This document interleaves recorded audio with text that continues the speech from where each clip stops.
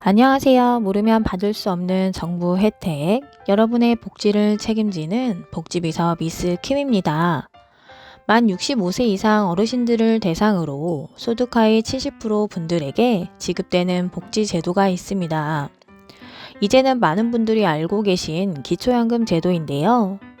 기초연금은 많이 알고 신청도 하고 있지만 기초연금을 받기 위해서는 어떤 조건들이 부합해야 되는지는 잘 모르고 계시는 분들이 많아 신청을 하고도 탈락하시는 분들도 많이 계시는데요. 은행에 예금이 많다고 해서, 자동차가 있다고 해서, 또는 부동산을 보유하고 있다고 내가 왜 탈락하고 감액되는지 모르겠다고 하소연하시는 분들이 계시는데요.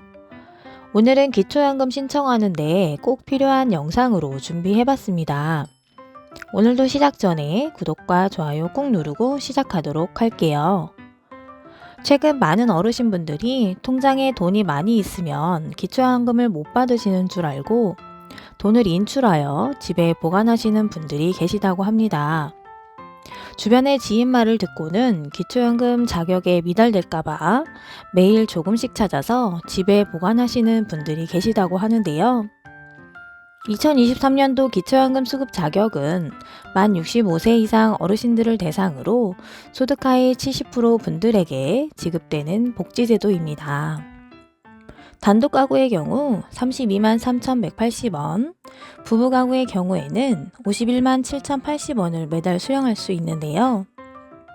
기초연금의 경우에는 여러 가지 재산을 기준으로 산출하여 연금 지급을 합니다. 통장 잔액, 보험금, 근로소득, 이자소득, 자동차, 부동산 등 재산을 환산하여 연금 산출을 하게 되는데요. 가장 헷갈려 하시는 통장의 경우 그때그때 입출금해서 쓰는 자유 입출금 통장은 3개월 동안 평균 잔액을 기준으로 조사합니다.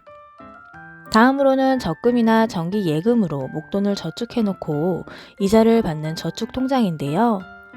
이런 통장의 경우에는 최종 잔액 또는 총 납입액을 기준으로 조사를 하게 됩니다. 이외 주식, 보험, 증권, 채권 등도 있는데요. 금융재산에 대한 조사는 상반기 한 번, 하반기 한 번으로 진행됩니다. 이렇게 조사가 진행될 때마다 수급 자격 조건에서 탈락하실 수도 있고 탈락됐던 분들이 다시 수급할 수도 있게 되는데요. 계산하는 과정 알려드리도록 할게요.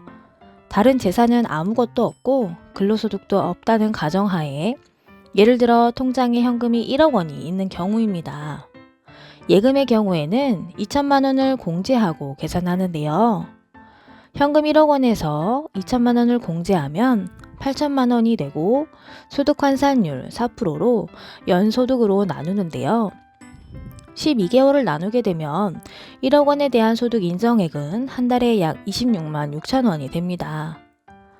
여기서 1억 원에 대한 이자 소득도 계산을 해주셔야 하는데요.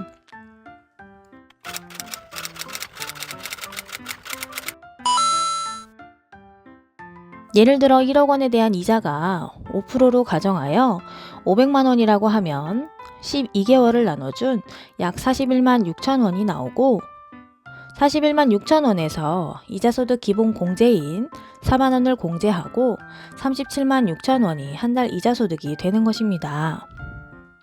그럼 한 달 1억 원에 대한 소득 인정액은 총 26만 6천 원과 이자소득 37만 6천 원을 합한 64만 2천 원이 되는데요.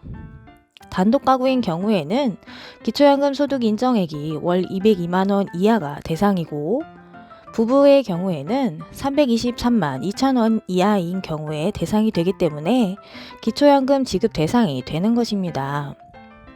이렇게 계산을 했을 경우에 통장의 이자는 계산하지 않고 순예금으로만 예치할 경우에는 최종적으로 단독가구 6억 원 정도가 통장에 있어도 지급 대상이 되고 부부가구의 경우 9억 원 정도 통장에 있어도 지급 대상이 되니 안심하셔도 됩니다. 그런데 이런 사실을 모르는 어르신분들은 혹여나 기초연금 수급 대상에서 제외될까 두려워서 통장에서 조금씩 돈을 인출하여 어딘가에 보관을 하시는데요.